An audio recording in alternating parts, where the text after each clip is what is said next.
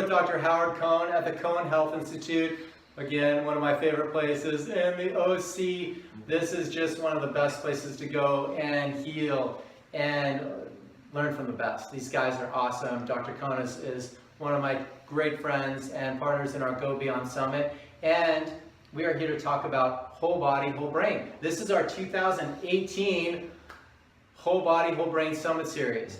Now, we just covered so much stuff in talking about performance in our first summit and the Breakthrough 5 Summit Series, pain, stress, energy, sleep, and recovery. Now we're going to talk about true performance and whole body, whole brain, and tie all these in at even a deeper level. So I'm super excited to be with this legend, Cohn Neurology Doctor of the Year a few years ago. This guy is just incredible facilitator, healer, mentor, speaker. So wisdom, I'm going to turn over to you. Talk to us about whole body, whole brain, and what comes up to mind when you talk about that.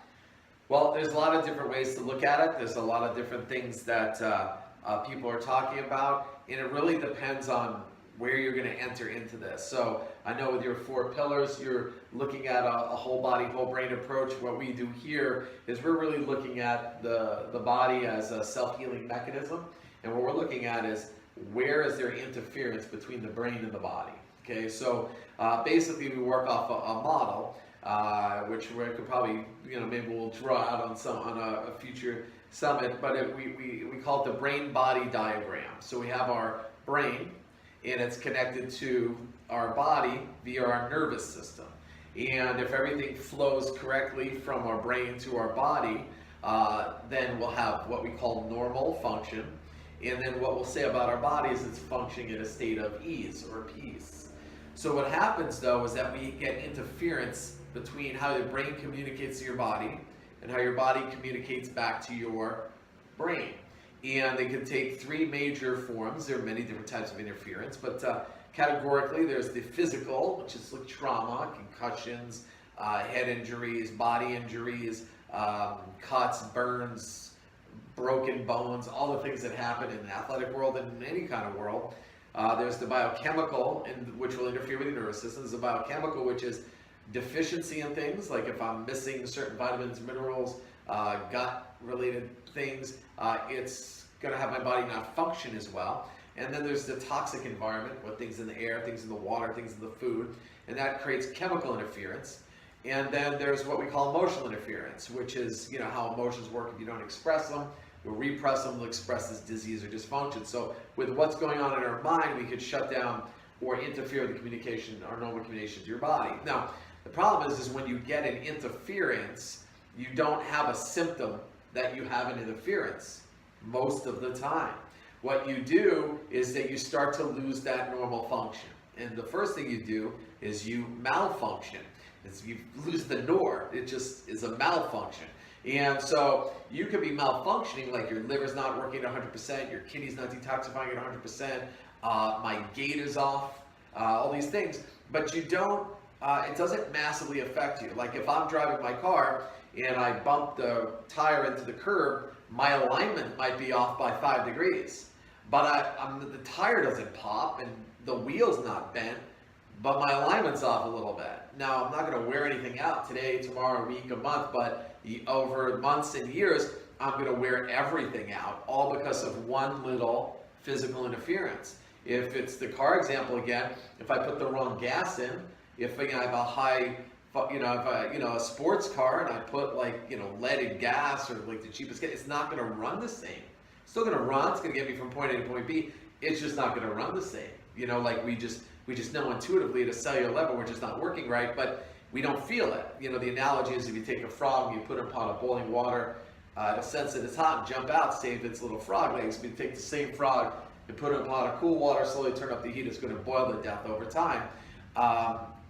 Because it doesn't see the difference. And that's all of us. We're boiling to death over time, whether it's the stuff being dropped from the sky, the EMFs that we can't see or feel, the cell phone, the Bluetooth stuff, it's the chemicals in our foods, the genetic modification of foods now, all these different things are affecting us. And then there's the emotional side too, where your mind will run the show, our unconscious mind runs the show. We're just really reactionary beings based on events that have happened in our life that we give meaning to. We call them significant emotional events, and we have events that happen now that trigger them. This shows up in athletics, it shows up in parenting, it shows up at work, it shows up everywhere. You push this together, this is everybody. So back to this example, all these different interferences happen at a subtle level. We start to malfunction. So a day, a week, a month, year later, we start to lose our ease, and we have what's called dis-ease, right? Again, it's not necessarily you have a tumor growing out the side of your head, but things just don't feel right. But it happened over time, so we don't notice. You think, I'm just getting older, I'm working harder, I'm stressed, whatever it is, and we start to lose that. Once we go for another day, a week, a month, a year of dis-ease, then we develop this thing called a symptom. Now we have a symptom. Oh, my knee hurts. Oh, it's my back. Oh, I'm bloated. Oh, now every time I eat gluten, it's a problem. Oh, I have now I have anxiety. Or when I get on the plane, it freaks me out. Or I'm worried about things. Or I was just diagnosed with something. So we have these groups of symptoms that come up. Well, the symptom was the last thing to come on. That's not where the problem is. So that we are enrolled in a society to focus on our symptoms of what's not happening. So even if you're talking about an athlete who's trying to run the 40 in a certain amount of time, it's not about that they're slow. It's about all these interferences that have gotten in the way, physical, nutritional, emotional. And if you start removing those interferences, the body can function at a level that it was intended to. Now, there's certain laws of biology, if you're 5'2" versus if you're 6'8", there are different sports you're gonna be naturally better to do. So there is some of that, but it's really mostly not that, because they're the tallest and the shortest, the biggest and the skinniest in every sport, the fastest and the slowest, and you can adjust for that. So the most important thing in this analogy is removing the interference between the brain and the body, whatever all the different forms that it is. So at the Cohn Health Institute, what we do is we look to identify what those are for people by using things like applied kinesiology, quantum neurology, neuroemotional technique, which will help ferret these things out in the dysfunction stage, in the malfunction stage, in the dis-ease stage before I have a disease or before I have an actual thing. So that principle is so important, because if I'm just treating my symptom, like let's say my knee hurts and I'm going to go to the trainer, and he's going to tape me or she's going to tape me, or they're going to ultrasound it, or they're going to inject something in it. That's like mowing your lawn to get rid of your weeds and go, look, my weeds are gone. They're not gone. You just temporarily altered a symptom, but that's not where the problem is. It's like changing the light bulbs when the circuit breaker's off in the garage. You got to go in the garage and flip that switch. You can put 50 light bulbs and you go, yeah, it's 5 years later, my knee still hurts. So this is kind of the fundamental distinction of whole brain, whole body that we're looking at to really show that the brain and the body are one thing. It's not some new agey kind of statement. If you alter the brain, you alter the mind, it's going to affect the body. You alter the body, it's going to affect the brain, because the brain and the body is getting feedback from its environment, telling the brain how to adapt so that it'll help. So if I touch the stove and I burn my hand, the proprioception and the receptors for heat in my hand are telling my brain going, wow, don't do that again. That was a negative experience. So now the brain adapts to a cue from the environment. But now I might overreact. Let's say I get around something that's red, that's a circle, and I thought it was the burner. Oh, I'm flinchy. But it's a red frisbee. It's not the same thing, but it's enough to create that response. So these responses aren't always in our best interest. They aren't always the things that are going to serve our body and our mind the best. So these are the things that we look at.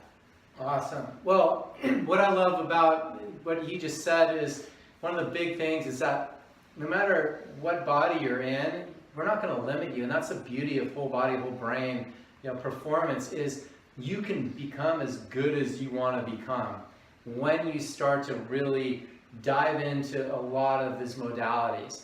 And talk a little bit about some of the details of quantum neurology and NET and getting the allergies out. Like go into just a few touches on each of those, on how they really boost your system up. So no matter what body you're in, you're going to be about 20% stronger instantly with quantum neurology. It's like there's no scratching your head on it. And yeah, it's changing from your brain to your body, or else your body wouldn't be 20% stronger. So dive into that a little bit with us.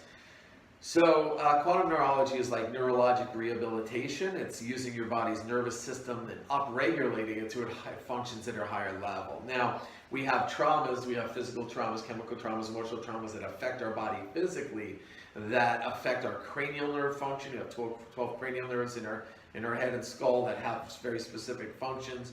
We have what's called myotomes, which are nerves that leave our spine, spinal nerves that go to our muscles, that control everything about how movement.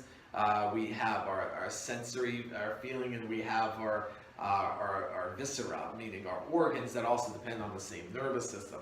All of these things are affected by traumatic experiences. Quantum neurology focuses very heavily on the physical side and rehabilitating or resetting it using instrumentation like an arthrostim, using lights that were developed by Dr. Gonzalez, who created quantum neurology with a series of LEDs and infrareds and certain patterns to affect the change. And really it's about reconnecting and getting your body to adapt to its environment. So we're like kind of how you might do it with certain exercises, we're using these tools to have it land deeper for people. So whether they're great and it's not just symptom free, remember, whether they're just neurologically functioning well, but we want to train them, entrain them, which means get their body to have a neurologic memory to be able to do something more efficiently, like jump or shoot a puck or whatever it is. See, hear. Yes, all the different things to have having sometimes it's as simple as someone coming who's a boxer or an MMA fighter, and you really have to understand their field of gaze, which is, we have the circle around us that our cranial nerves will let us know how we're doing. We need to know accommodation. We need to know how far something is close to us. But, if I get hit in the head or something happened, it could knock that off. So it's off. So let's say that when I look up to the right, it overloads my nervous system because of a trauma to somewhere in my body. So what happens is that if I'm watching somebody, I can tell how that person's going to get knocked out sooner, because they'll see, an overhand punch coming to this side or a spinning back kick at a fraction of a second too late, and it could be career-ending for somebody. Where these are simple things to reset neurologically with people using quantum neurology. So that's really big. With the allergies, our body reacts to certain things, and not always immediately. You can have gluten sensitivities or dairy sensitivity and not know it. You can be sensitive to something because you ate it a lot and you're stressed out when you're eating it. It could be an avocado or blade of rice, and so now you're sensitive to it. You don't know. And not all allergies are histamine allergies. It's not like like when I'm around the cat, my eyes were watering. It could be like 72 hours later that I react. I can have autoimmune stuff going on where 80 days later I'm still having an inflammatory response from a wheat thin I had 2.5 months ago, and people just don't know that, and it slows their system down. And when they're traveling from city to city on their team, they were in a rush, so they grab an In-N-Out burger or something at the airport, and the next thing you know, they're creating the very weakness that they're trying to treat with their knee or their elbow or whatever it is, based on what meridian or what correlation it is. So these are the things that we look at, and there's ways to reset them so they're less sensitive to these. They're really more hypersensitivities than allergies. We call them allergies, but they're really not hypersensitivities. And then there's the emotional side, because the mind runs the whole show at the end of the day. So we have NET, which stands for neuro-emotional technique.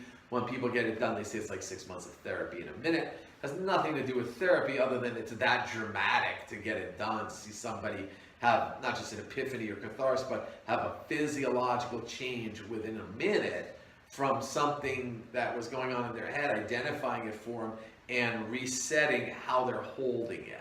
Because we all have traumatic experiences in our life, and not all of us react the same. Just like we all, if someone has the flu and they coughed on, 3 different people, all 3 are not going to get the flu. What's the difference then? Is it the bug? No, it's never been about the bug. It's always about the host. It's about how strong is the host, because we get exposed to stuff all the time.